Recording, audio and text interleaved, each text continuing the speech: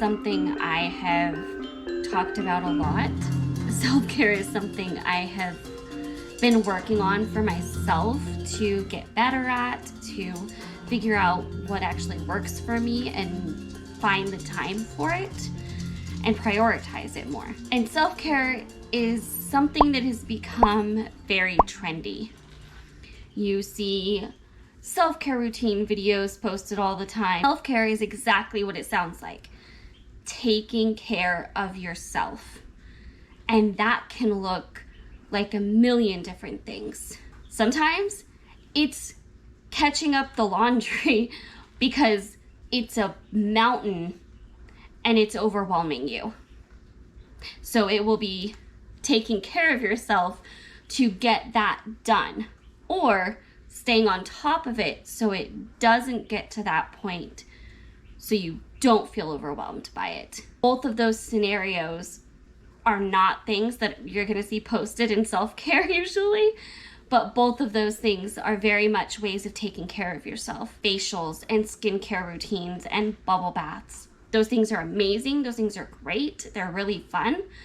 But that is not all there is to it. To practice actual self-care, you want to focus on the ways that you really need to take care of yourself that help.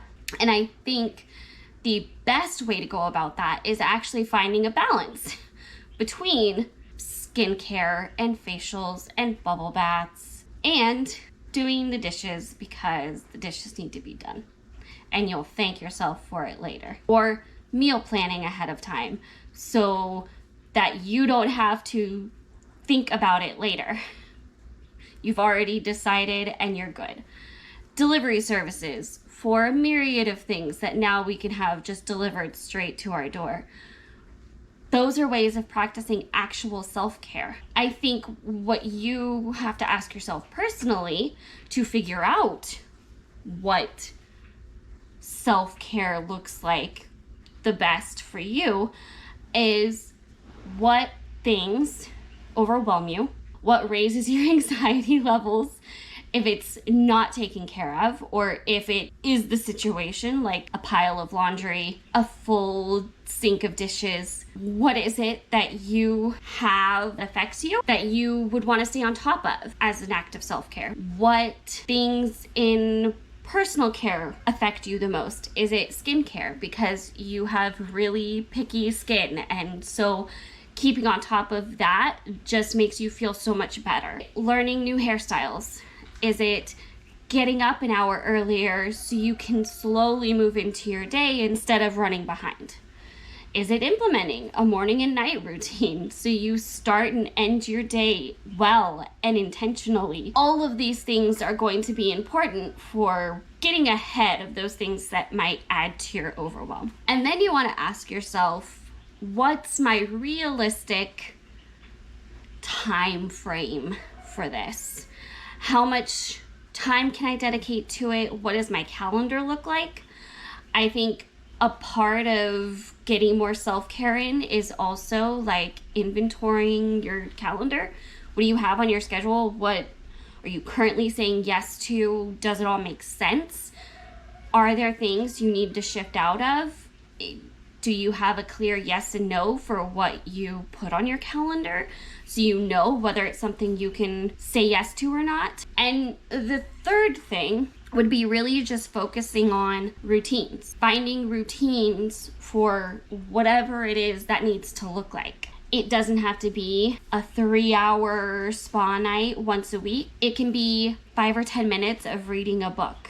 It can be 5 or 10 minutes of prayer in the morning. It can be 5 or 10 minutes of reading your Bible. It can be little pockets of time. And the other aspect of routines and timing is thinking about when within your schedule works the best, right? Like when amongst what the rest of your schedule looks like actually makes sense to try to fit it in, and what for you personally helps you the most. Is it a longer break, so you have a longer stretch maybe where you're not able to take a break, or is it little brief breaks throughout that kind of keep you going? What way works best for you? And then once you have a list of things you want to focus on, that you want to keep on top of, that you know will be good self-care practices for you, and you can look at your schedule and know the best way to try to fit it in for you, you can start slowly working it in. The biggest tip I have from my own journey with this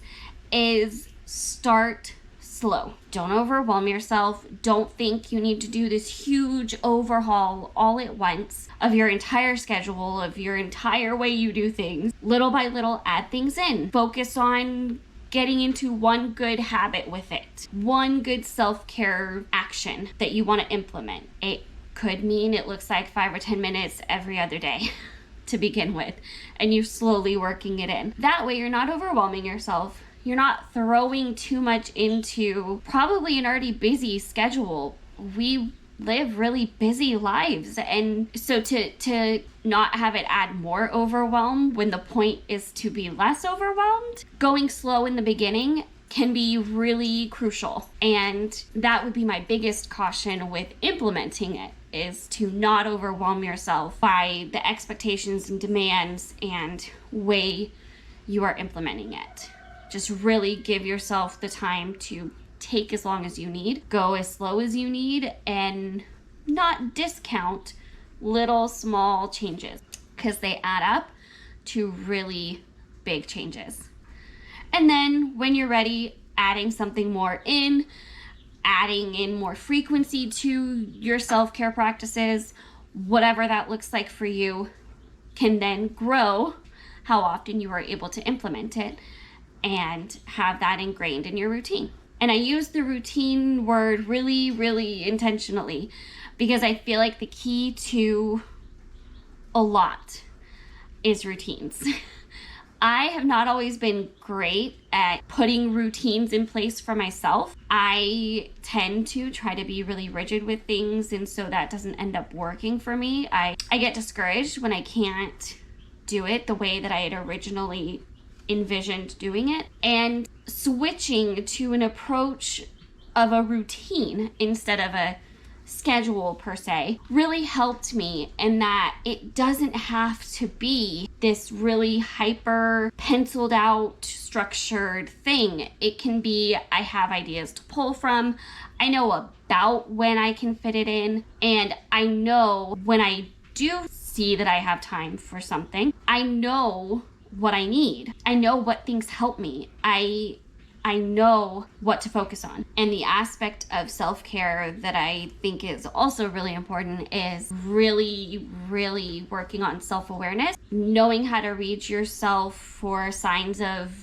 burnout and needing self-care, knowing how to tell when a self-care practice, whatever you want to name those actions we might take, is actually helping or not. If you need to, journaling those things to keep track of it and kind of be able to look back and notice patterns. I've gone on major talks about what practicing actual self-care looks like, and I feel like these are all the things I've learned that made me so passionate about making that distinction, that self-care is not just a once a week bubble bath, that it's not a 3-hour spa night, that it's not facials and painting your nails. It can be, and those aren't bad things, but there's so much more to it. And getting to the heart of the point of self-care makes you look at self-care differently. You are able to really see what feeds you, what refills your cup, what gives you the energy and ability to refuel and keep going on all that life has in front of you. And that doesn't always look like facials. That can look like making sure you have a meal plan in place and the dishes are caught up on a Sunday night. An important balance and consideration to take in that. So I hope this was helpful. I'm super passionate about self-care, and I'm super passionate about being able to really find what self-care looks like for each of us individually, whether you're an introvert or an extrovert, what hobbies you have. All of those things are going to need to be taken into account, and that's why finding your personal things that help you is so important. Mental health is so key. And I feel like self-care is like the foundation that taking care of ourselves mentally is built on. And that's why I really wanted to share this. So I hope these tips helped you as you are thinking through maybe your own self-care practices. And if you have any self-care things you like to do, if you have any specific self-care routines that you've enjoyed, leave it in the comments below. And if you enjoyed this, if it did help you, give it a thumbs up. Make sure you're subscribed so you see when the next video comes out. And I will see you guys in that one. Bye.